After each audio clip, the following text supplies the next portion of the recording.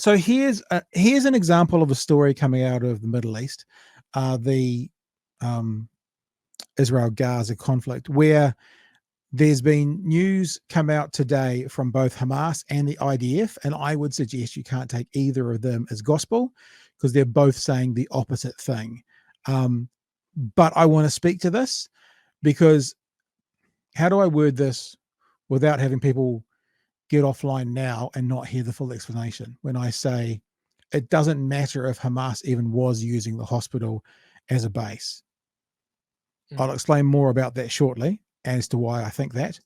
But here's the story, first of all, about the WHO, the World Health Authority, has slammed the IDF and called it totally unacceptable that they have, shall we say, entered the hospital in Gaza. The World Health Organization has called the Israeli Defense Forces' operation inside Shifa Hospital totally unacceptable. The raid has even prompted a show of solidarity from the UN Security Council, issuing an urgent call for humanitarian pauses in the fighting after failing to pass similar resolutions previously. The IDF is adamant the hospital is being used by Hamas as a command center, and it says it's got video to prove it. Alice Wilkins reports. There is an AK-47, there are cartridges, ammo, there are grenades in here, of course, uniform. Here's the bit you'll love most of all, Chewy. Now, I don't question that Israel took medical supplies into the hospital, right? I'm 100% sure they did. But medical supplies is written in English on the sides of the boxes as they're carrying them into the hospital. Now, I'm not suggesting that they weren't medical supplies, but that is propaganda. Now, when we hear the word propaganda, we always think, oh, that means lies. No, propaganda is like marketing for the use of furthering a narrative for a government. So them carrying, and you'll see it coming up, them carrying medical supplies into the hospital with medical supplies in English written on it is purely propaganda. It's theatre for the rest of the world to see. Now, when I say you got to take each side with a grain of salt, we have no evidence, and I'm not taking a side on this, but we have no evidence that these guys didn't bring these weapons in and plant them there. Right? There's no evidence for that. There's a 7-minute video being released by the IDF showing a bunch of weapons in the hospital. They may have been in there. I'm not challenging whether they are or aren't, but what I am saying is in a court of law, this would not be enough evidence to say they were there and they belong to Hamas. It just wouldn't be enough. It would be basically hearsay, one way or the other. In saying that, to be fair on the other side, Hamas has released some video footage of smoky, dusty corridors, blaming the IDF for that. We have no evidence that those images were shot today or are from this current thing or are even in that hospital. We're just being told by Hamas that's what they were. This is what propaganda is. It's the ability to look at things and go, that may be true, but it also could be a complete lie. Both sides you got to do. I think this is the story, Cherry. There is an Australian doctor who speaks to the conditions of the hospital. I take his word with a lot more validity than either of the sides trying to score points. Should we just keep rolling? Yeah, keep rolling, man. All right. And all of this was hidden very conveniently, secretly behind the MRI machine. It was hidden very conveniently behind the MRI, and it was found very conveniently right there. See what I'm saying? It goes both ways every time. This is what Israel's Defense Force says is... And actually, just that I think about it, what happens when you have metal in a room that's full of... Isn't an MRI magnetic? Don't you have to take all... But they've had power up until a week and a half ago. Aren't you supposed to have all metal out of those rooms? Look, I'm not saying one way or the other, but coincidentally, or it's in there, but should it really be in a magnetic resonating imaging? Whatever that word is. Proof of Hamas activity inside Shifa Hospital, releasing a 7-minute-long video showing weapons and equipment that it says were hidden inside. These weapons have absolutely no business being inside a hospital. The only reason they're here is because Hamas put them here. IDF troops stormed the hospital building in an overnight operation, reportedly interrogating the staff working there and blocking any evacuation. Contact with those providing medical assistance inside has since been limited, but this footage from the Hamas-run health ministry shows doctors moving patients through hallways filled with clouds of dust. It's now again, we don't have any evidence that was shot today. It's from that hospital. Again, I'm not saying that it's not, but when you don't have all the answers, you have to be aware that any answer could be true and or false. So from looking at that. Clear when it was taken. The rooms on the edge of the buildings are totally risky. The continuous firing and shooting makes everything impossible. Whoever tries to move, the snipers are all over the area. Al Shifa is the largest hospital in Gaza City, where these newborn babies are being cared for with limited Clearly, electricity, water or medicine. Hamas has called any claim that the hospital is also a command centre lies, and the IDF video a farce. In recent weeks, the IDF has publicly warned time and again that Hamas's continued military use of Shifa Hospital jeopardizes its protected status under the international law. Israel's military has also released these images. Israeli soldiers at Al Shifa carrying boxes clearly labelled with So look, they're medical supplies, Chewy. They're medical supplies, and that's obviously how they got delivered from the manufacturer.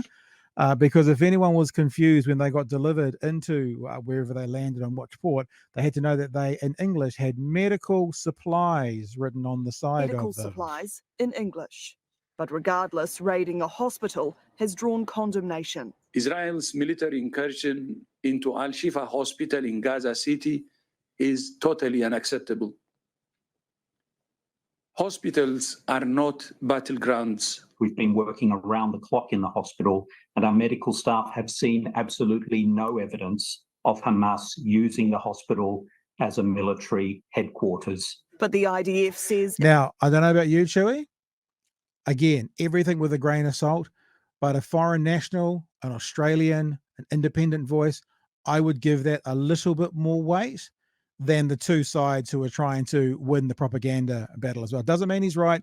Doesn't mean we can take him without, I mean, he could be lying, but I would certainly tend, first-hand account, eyewitness, been there, I would tend to have give that a bit more weight than others. We'll just finish this last, it's basically finished, and then you can jump in. It has, and this video proves it. Alice Wilkins. It does not prove it. It lays a claim. So there you go, Chewy. I talked all the way through that, but what are your thoughts? So I've always found it really interesting, right from the get-go, that they've talked about tunnels, and we know that there's tunnels under the Gaza Strip. They've been there for years. They've been expanded in recent years by Hamas, but the IDF seems so certain that there was a command center under this particular hospital. Yeah. And it kind of got me thinking, why would they think that so strongly? Like, that has been their objective all the way through, that there was a command center.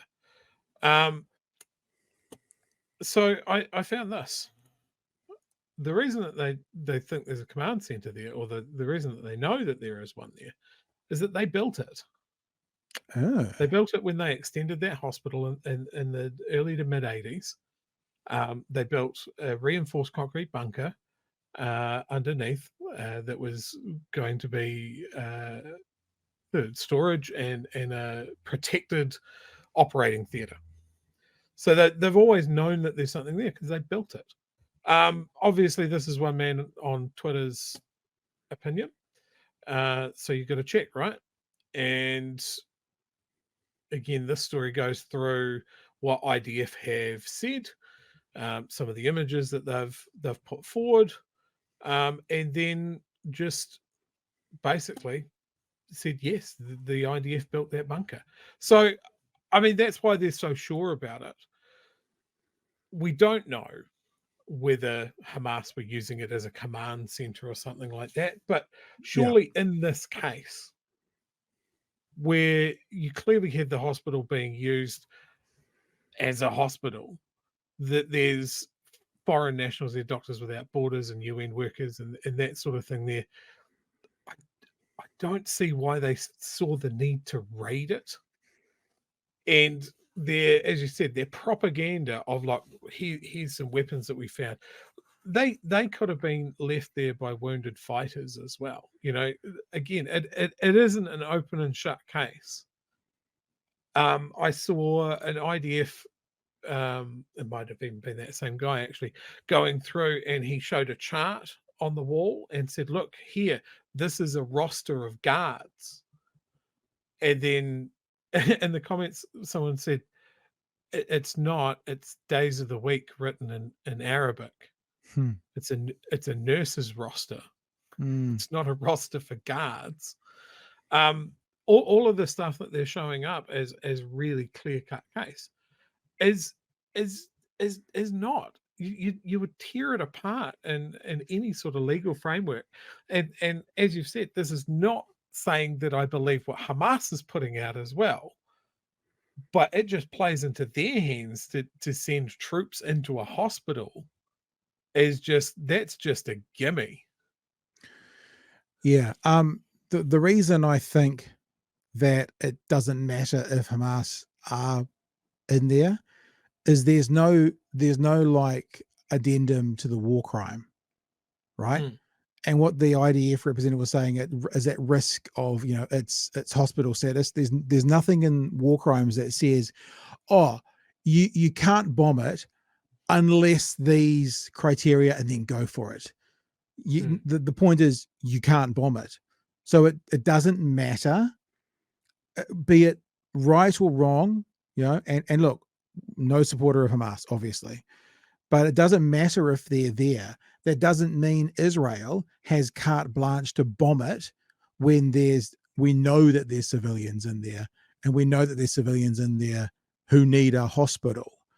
So I remember listening to someone in quite the early stages of this conflict. There was an American, former military guy, I might have been on CNN, saying Hamas has to go, but the way to do this is follow a model of, for example, how America got rid of bin Laden. And they didn't flatten that whole town. They sent a SEAL team in, and no one else other than the people within that immediate conflict perished. I mean, I don't like calling for any kind of war or anything, but the difference between, you know, putting your own soldiers in harm's way to protect civilians and just bombing everything is the difference between a military action and a war crime. Because bombing everything kills civilians. You know, an incursion with just your own soldiers, just going after their soldiers, is war. And so I don't. It's not that I don't care if Hamas was there or not.